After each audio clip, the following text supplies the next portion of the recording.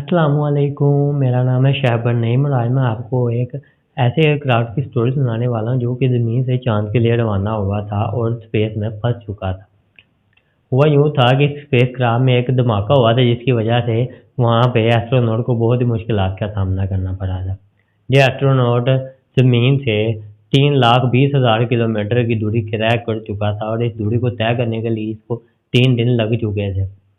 लेकिन इस धमाके के बाद इनके पास सिर्फ 15 मिनट मज़ीद ज़िंदा रहने के लिए ऑक्सीजन मौजूद थी। नासा के लिए किसी भी सैटेलाइट को स्पेस में पहुंचाना अपने आप में बहुत मुश्किल काम है। लेकिन जब बात आती है कि ज़िंदा इंसान को स्पेस में ले जाने की तो ये मज़ीद मुश्किल हो जाता है और उसको स्पेस में लेकर जाना, लेकर वापस आना, ये अपने आप में ही बहुत मुश्किल काम है। किसी भी किस्म की कंपनी या कोई भी एयरक्राफ्ट जो कि इंसान को स्पेस में ले जाने के लिए डिज़ाइन किया जाता है, वो इस तरीके से डिज़ाइन किया जाता है कि जो सूरज की अल्ट्रावायलेट रे हैं, वो एस्ट्रोनॉट को किसी किस्म का नुकसान ना पहुँचा सके। इसके अलावा एयरक्राफ्ट का एनवायरनमेंट इस तरीके से बनाया जाता है ताकि एस्ट्रोनॉट को ज़्यादा से ज़्यादा जितनी हद तक मुमकिन हो सके, ज़मीन के जैसा एनवायरनमेंट फराहम किया जा सके। इस एयरक्राफ्ट से पहले 1979 में अपोलो 11 कामयाबी के साथ चाँद के ऊपर लैंड कर चुका था और उसके बाद अपोलो 12 भी कामयाबी के साथ चाँद पर लैंड कर चुका था। अब बारी थी अपोलो 13 की जिसके अंदर 3 एस्ट्रोनॉट मौजूद थे जिनमें से एक मिशन कमांडर जेम्स लोवेल और 2 मॉड्यूल पायलट जॉन स्वाइगर्ट और फ्रेड हैश थे। अपोलो 13 11 अप्रैल 1970 को फ्लोरिडा के John F Kennedy space centre से छोड़ा गया था। इस एयरक्राफ्ट के 3 मेन हिस्से थे। ये जो कोनिकल शक्ल का हिस्सा है इसको मेन मॉड्यूल कहा जाता है। ये वो हिस्सा है जहाँ पर तीनों एस्ट्रोनॉट ने अपना ज़्यादातर टाइम स्पेंड करना था। इसके अलावा ये जो स्पाइडर की तरह का हिस्सा है इसको डोनर मॉड्यूल कहा जाता है। इस मॉड्यूल का काम एस्ट्रोनॉट को एयरक्राफ्ट से चांद के ऊपर लैंड करवाना था और फिर चांद से वापस टेक ऑफ करके एयरक्राफ्ट के साथ अटैच करना। इसके अलावा ये एक सिलेंड्रिकल नुमा जो तीसरा हिस्सा है, ये वो हिस्सा है जहां पर एयरक्राफ्ट का इंजन और ऑक्सीजन सिलेंडर लगाए गए हैं, यानी कि इस हिस्से को एयरक्राफ्ट का दिल भी कहा जा सकता है क्योंकि सारा का सारा मेन सिस्टम इसके अंदर ही मौजूद है। इंजन भी इसके अंदर मौजूद है और सांस लेने के लिए ऑक्सीजन भी इसके अंदर ही मौजूद है। तो होता यूँ है कि ये एयरक्राफ्ट 3,22,000 किलोमीटर की दूरी तय कर चुका होता है। तो आम रूटीन की तरह एक एस्ट्रोनॉट ऑक्सीजन का लेवल चेक करने के लिए बटन जैसे ही दबाता है तो ज़ोरदार धमाके की आवाज़ आती है। यह धमाका सर्विस मॉड्यूल में एक ऑक्सीजन सिलेंडर के फटने की वजह से होता है। तो जो मेन मॉड्यूल में बैठे 2 एस्ट्रोनॉट होते हैं वो ये समझते हैं कि शायद फ्रेड हैज ने कोई मजाक किया है क्योंकि उसकी ये मजाक करने की आदत है। इससे इसके अलावा ये कुछ और सोचते हैं कि अचानक इनकी रेड लाइट्स ऑन हो गई, मास्टर अलार्म और इलेक्ट्रिकल फेलियर की लाइट भी ऑन हो गई। तो जेम्स लोवेल ने फौरन से जमीन पर मौजूद नासा के हेडक्वार्टर में रिपोर्ट कर दी। जैसे ही ये रिपोर्ट नासा में पहुंची तो नासा के पूरे हेडक्वार्टर के अंदर हलबली सी मच गई।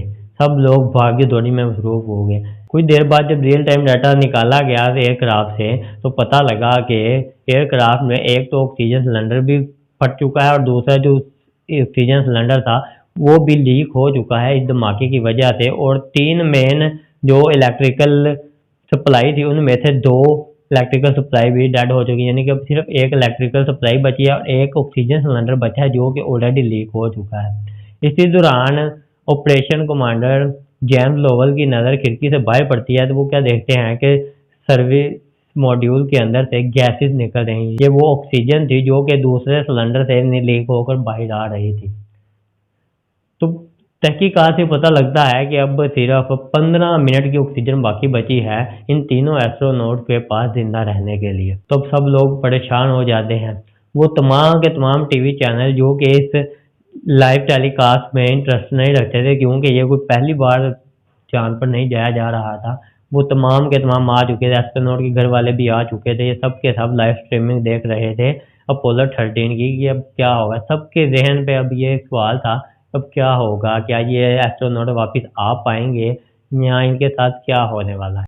तो नासा ने फ़ौरन से अपने तमाम के तमाम इंजीनियर को काम पे लगा दिया। बहुत सी कैलकुलेशन की गई। नासा के पास 2 ऑप्शन थी। यहाँ तो मेन इंजन का यूज़ करके एयरक्राफ्ट को वापस ज़मीन की तरफ धकेला जाए, लेकिन इंजीनियर ने इस पर एक पेशगोई की कि जो हमारा फ्यूल है वो तकरीबन आखिरी स्टेज पर है, यानी कि लास्ट जो हमारी स्टोरेज है वो चल रही है। हो सकता है कि ये रास्ते में ही कहीं बंद हो जाए, हम एस्ट्रोनॉट को खो बैठे। और दूसरी ऑप्शन ये है कि चाँद की ग्रेविटी को इस्तेमाल करते हुए एयरक्राफ्ट को ज़मीन की तरफ धकेला जाए। तो दूसरी ऑप्शन, क्योंकि उस वक्त कोई और ऑप्शन मौजूद नहीं, तो दूसरी ऑप्शन को फाइनल कर लिया गया और तमाम कैलकुलेशन करके बता दिया गया कि आपने क्या क्या करना और कैसे कैसे करना। इस वक्त एस्ट्रोनॉट के पास पीने वाला पानी खत्म हो चुका था, ऑक्सीजन सिर्फ 15 मिनट के लिए बाकी रह गई थी और लाइट तकरीबन बंद हो चुकी हुई थी, क्योंकि इनका सिर्फ एक ही लाइट सप्लाई सिस्टम काम कर रहा था। और इसके साथ साथ इतने सारे मसलों के साथ साथ एक मसला और भी था जो कि बहुत खतरनाक, वो ये था कि इस धमाके की वजह से एयरक्राफ्ट की जो पोजीशन थी, जबकि एयरक्राफ्ट जो इधर को जा रहा था वो इधर को मुड़ गया था इस धमाके के असर की वजह से। तो अगर इसको फ़ौरन से इसकी डायरेक्शन को सही ना किया गया तो ये मुकम्मल तौर पर रास्ते से भटक जाएगा और एस्ट्रोनॉट गायब हो जाएंगे, काले आसमानों में कहाँ चले जाएंगे पता भी नहीं लगेगा, कोई इनको ढूंढ भी नहीं पाएगा। तो एस्ट्रोनॉट ने फ़ौरन से इस एयरक्राफ्ट की पोजीशन को चेंज करने का कोशिश शुरू की और फाइनली उन्होंने इस एयरक्राफ्ट की पोजीशन चेंज कर ली। अब दूसरा चैलेंज ये था कि मून की ग्रेविटी को इस्तेमाल करने के लिए इस एयरक्राफ्ट को मून के ऑर्बिट में चक्कर लगाना था और एक खास पॉइंट पर आकर इनको ज़मीन की तरफ मोड़ना था। तो इंजीनियर ने बहुत ही पेचीदा कैलकुलेशन करी, इतनी पेचीदा कैलकुलेशन थी कि इसमें माइनर सी भी चेंजेस एस्ट्रोनॉट के लिए बहुत बड़ा खतरा पैदा कर सकती थी। तो इन्होंने कैलकुलेशन करके एस्ट्रोनॉट को सेंड कर दिया। एस्ट्रोनॉट ने भी इन कैलकुलेशन पर अमल करते हुए इस काम को सरंजाम देने का फैसला कर लिया। लेकिन यहाँ पे एक चैलेंज और भी था कि इस काम को करने के लिए मेन मॉड्यूल की बजाय लूनर मॉड्यूल का इस्तेमाल किया जाना था, जबकि जो लूनर मॉड्यूल था वो सिर्फ चांद पर लैंड और टेक ओवर करने के लिए डिज़ाइन किया गया था, यानी कि लूनर मॉड्यूल से ये काम लेना अपने आप में बहुत बड़ा खतरा था। अब क्योंकि ऑक्सीजन भी बहुत कम थी तो कुछ किस्मती ये थी कि लूनर मॉड्यूल के अंदर अपनी सेपरेट ऑक्सीजन सिलेंडर मौजूद था। कैलकुलेशन करके बताया गया कि इसमें सिर्फ 2 आदमियों के लिए ही ऑक्सीजन मौजूद है ज़मीन तक वापस आने के लिए, यानी कि लूनर मॉड्यूल को 2 आदमियों के लिए डिज़ाइन किया जाए। खैर क्योंकि कोई और ऑप्शन नहीं थी तो तीनों एस्ट्रोनॉट को लूनर मॉड्यूल में ही ट्रांसफ़र होना पड़ा।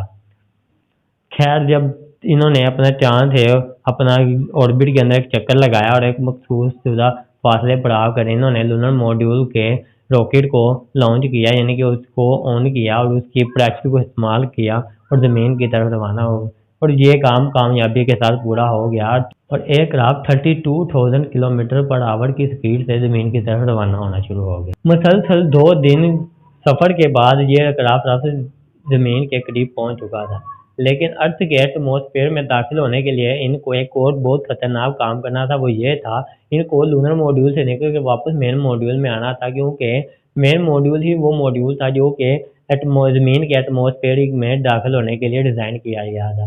यानी कि इनको लूनर मॉड्यूल और सर्विस मॉड्यूल को मेन मॉड्यूल से अलहदा करना था और खाली मेन मॉड्यूल को ही ज़मीन के एटमॉस्फेयर के अंदर लेकर जाना था। तो खैर लूनर मॉड्यूल और सर्विस मॉड्यूल को मेन मॉड्यूल से अलहदा कर दिया गया। जैसे ही मेन मॉड्यूल अर्थ के एटमॉस्फेयर में दाखिल हुआ तो बहुत ज़्यादा हीट की वजह से एस्ट्रोनॉट का ताल्लुक नासा के हेडक्वार्टर से टूट गया और मुसलसल 3 मिनट तक कोई रास्ता नहीं हुआ। 3 मिनट गुजरने के बाद सब ने सोच लिया था कि शायद एस्ट्रोनॉट अपनी जान की बाजी हार चुके हैं, लेकिन 3 मिनट बाद एस्ट्रोनॉट ने रेडियो को फ्रीक्वेंसी को इस्तेमाल करते हुए नासा हेडक्वार्टर तक खबर पहुंचा दी। जैसे ही ये मॉड्यूल ज़मीन के एटमॉस्फेयर में दाखिल हुआ तो इन्होंने फ़ौरन से अपना पैराशूट ओपन किया और पैसिफिक ओशन में लैंड कर लिया कि जहां से इनको रेस्क्यू कर लिया गया। तो नाज़रीन, ये थी अपोलो 13 की ओवरऑल कहानी। अपोलो 13 के इस वाक़ये से हमें ये सीखने को मिलता है कि कैसे ये इतने मुश्किल हालात से, यानी कि ये मौत को हाथ लगाकर वापस आ गए। तो अगर आप भी अपनी ज़िंदगी में किसी परेशानी में मुब्तला हैं तो परेशान ना होएं, इसमें हाथ पाँव मारते रखें, इंशाल्लाह कहीं ना कहीं आपको रास्ता नज़र आ ही जाएगा। इस एस्ट्रोनॉट की तरह जैसे ये भी तकरीबन सब ने सोच लिया था कि ये मुमकिन नहीं है कि इनको वापस लाया जा सके, लेकिन एस्ट्रोनॉट सही सलामत ज़मीन पर वापस आ गए। इसी तरह आप भी अगर अपनी ज़िंदगी में किसी मुश्किलात में घिरे हुए हैं, तो परेशान होने की ज़रूरत नहीं है। इन्हीं मुश्किलात के साथ-साथ आपको हल भी नज़र आ जाएगा। बस आप देखने वाली आँखें जो हैं, जो आपने बंद की हुई हैं, इनको खोलें और देखें। इंशाअल्लाह आपको रास्ता नज़र आए। तो इसलिए परेशानियों से घबराएँ नहीं, इनसे लड़ना सीखें। तो अपना ख्याल रखिएगा। अल्लाह हाफ़िज़।